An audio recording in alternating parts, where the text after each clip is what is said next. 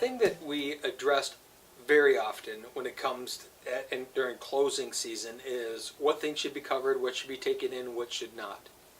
Here's my experience. Cover the pool. There's a lot of commercial pools that don't cover because they drain and clean in the spring.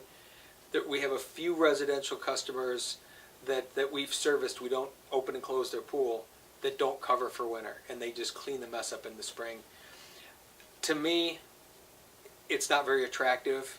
I don't know that it's any more safe or less safe, because a cover by itself, if it's not a safety cover, isn't safe for kids and pets to be around anyway.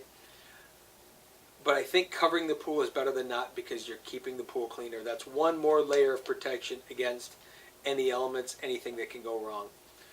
Diving boards, we always wrap a diving board. There's a lot of guys that don't. If it's not easily removed, which the ideal way, as far as I'm concerned, is to remove the diving board and put it away. The challenge with it is oftentimes the bolts, after the first few years, rust, and they're hard to get off. So if you can't get them off, I would wrap it. That's just something in my experience. They're not as dingy.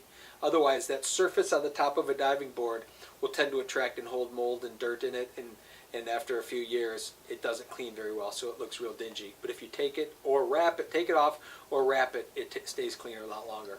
Equipment pads, we used to wrap all of our stuff for many years. We stopped. The primary reason was we found that if we trapped moisture in the equipment underneath that cover, there's any moisture, we would tend to rot heaters out faster, rot the components of pumps out faster, and things didn't last nearly as long. Or if there was any chemicals left in a feeder and it wept out of a feeder, if there's anything left underneath there, those fumes would also tear the equipment up.